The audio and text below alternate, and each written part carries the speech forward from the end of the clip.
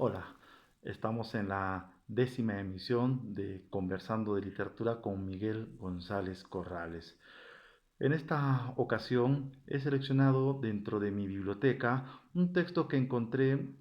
y el cual leí hace mucho tiempo y me gustó sobre todo por la incursión de la literatura oral que transmite este texto que desde luego está ya publicado. Es una publicación antigua de 1974 y me refiero a Cuentos de mi tierra, del escritor Francisco Ibáñez. Este texto recopila una serie de cuentos y retratos del siglo XIX, de la antigua República Peruana, en su primera etapa. El texto que originalmente fue publicado en 1897 por él retrata toda esa tradición, esa heredad de la literatura oral que se va transmitiendo de generación en generación. Y en este texto encontramos varios de los cuentos y las tradiciones que se contaba en aquella época y que la gente popular del entorno de la Arequipa dieciochesca nos comienza a dar ese pensamiento, esa forma de los fantasmas, de las ánimas, de curas sin cabeza, aquellas leyendas que retratan la historia de los antiguos camanejos que venían aquí a Arequipa y con sus ocurrencias medias estrambóticas comenzaban a causar hilaridad en las personas y del cual mucho tiempo después y en la actualidad me parece todavía que ya va perdiendo vigencia esa forma clásica de entender estos relatos de los camanejos que venían hacia aquí con sus ocurrencias, como estuve mencionando, causan cierta gracia. Y muchas de esas historias que de alguna manera nos sentábamos en la antigüedad alrededor del calor hogareño para que los abuelos, los mayores pudieran contar y a los niños y los pequeños pudieran resarcirse de esas historias curiosas, extrañas, de esos aparecidos que dentro del panteón podían salir, aparecerse frente a las personas que alguna vez quisieron, o algunos asesinos que provocaron muerte de ellos, etcétera. Todas esas historias retratadas en este ámbito literario nos permiten comprender todo ese pensamiento y esa grandeza que tiene la literatura oral antes de llegar a ser escrita. Muchos autores a lo largo de la historia de la literatura en el mundo han hecho objeto de ello y esa tradición popular que viene desde muchos años, muchos siglos atrás, ha sido retratada por personas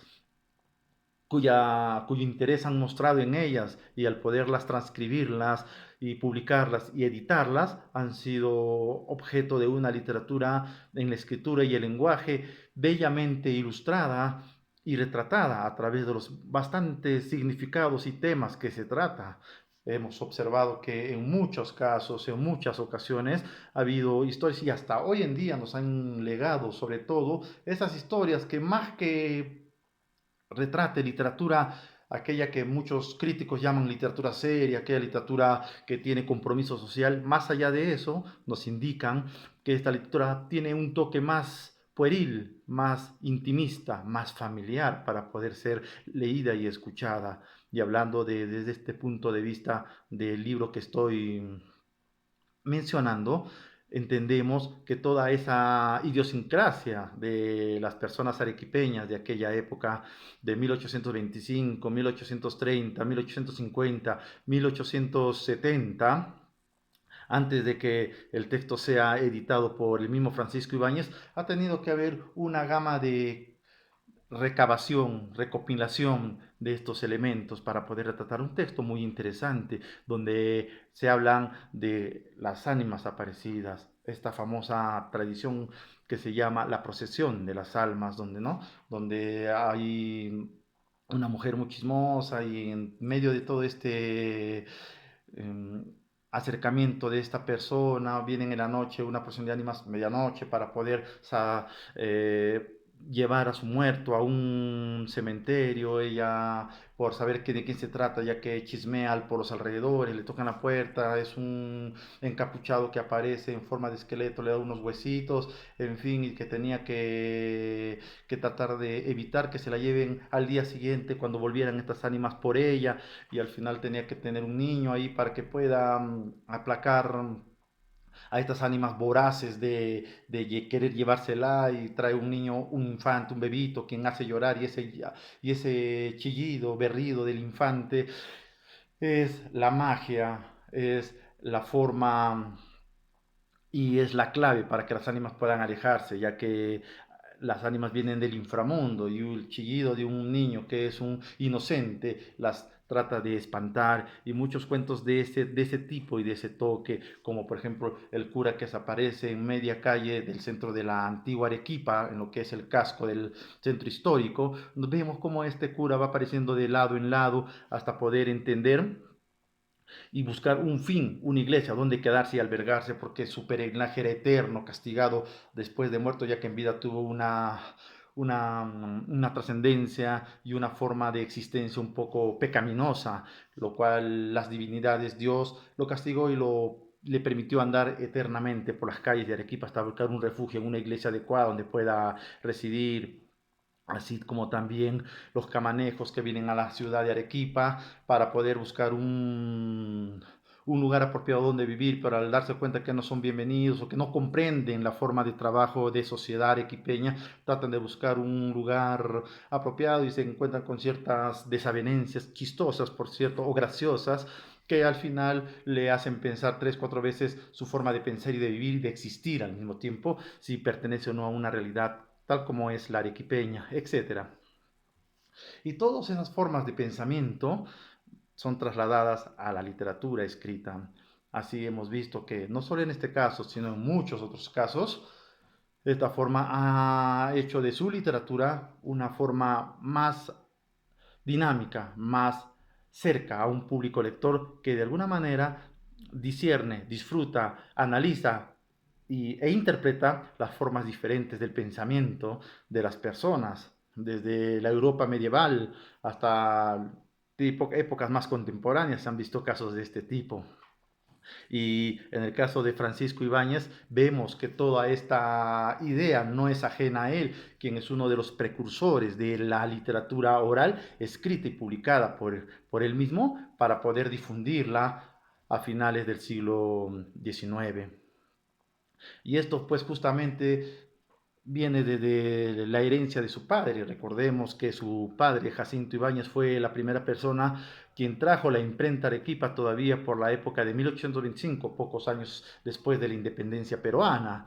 Y todo este proceso evolutivo, porque él y su hermano Valentín pudieron aprender el oficio de su padre, Jacinto, mientras trabajaba en, la, en los inicios de la República, cuando Simón Bolívar pasó por aquí en 1825, lo llegó a conocer, y justamente en la primera imprenta de Arequipa, liderada por este señor Jacinto Ibáñez, se publican los primeros periódicos de la independencia peruana aquí en Arequipa, ¿no? Como La Estrella de Ayacucho o el diario La Primavera, y que posteriormente darían origen y se publicarían las primeras ediciones del diario de la Bolsa, el muy conocido periódico de aquella época en el sur del Perú. Y es así que Francisco va recabando todos estos textos que con un lenguaje más a lo popular, más a lo tradicionalista, porque tienen en su lenguaje esa coloquialidad que tiene la tradición producto como especie literaria de la narración, con esas formas de deleite, con esas formas un poco jacarandosas que nos permiten mostrar ese lenguaje más coloquial en la forma de expresión de estos cuentos, lo que es alrededor realmente en todos los textos de este tipo, ¿no?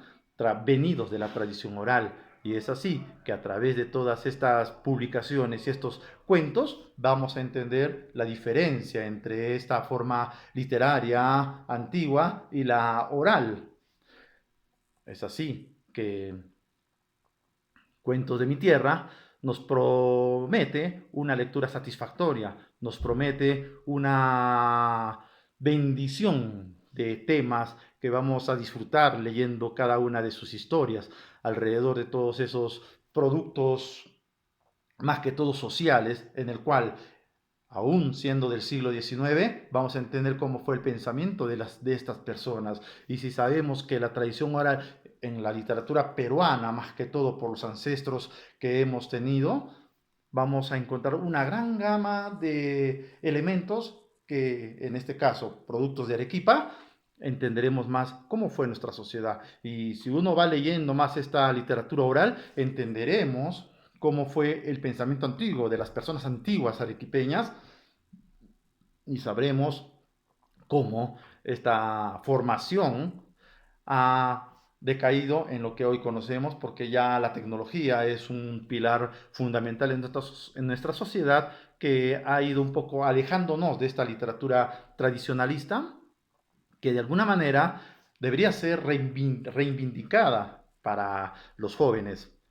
Sin embargo, la literatura oral, tal como está escrita posteriormente, queda ahí, registrada en el marco de nuestra formación cultural, social y, por supuesto, literaria. Entonces, podremos decir que la literatura oral, en muchas de sus formas de expresión que tenga, al momento de ser llevadas a la escritura para que la gente, el público lector, disfrute de ellas, es la primera forma y la primera manifestación que las personas tuvieron para poder expresar sus emociones, sus sentimientos, sus reminiscencias pasadas y presentes para poder entender la forma de pensamiento, la forma de creación, la forma de saberse en una sociedad determinada, como lo indicó Walter Ong en uno de sus libros que habla sobre las literaturas orales, menciona que la parte fundamental de esta literatura es haber nacido de una prehistoricidad para poder desencadenar una gran gama de pensamientos idiosincráticos que nos permiten comprender más una sociedad producto de la literatura oral antes de las literaturas modernas. Es así que sabiendo todo ese procedimiento literario, cultural y social, podremos entender nosotros que para poder saber identificar culturalmente a nuestros hijos y a aquellas generaciones venideras, deberemos entender primero que la literatura oral de un pueblo determinado, de una sociedad determinada, hace producto de un aspecto cultural y que son la base hereditaria de la sociedad a la que uno pertenece y la cultura del país que uno representa. Esta formación es lo que nos hace tener una identidad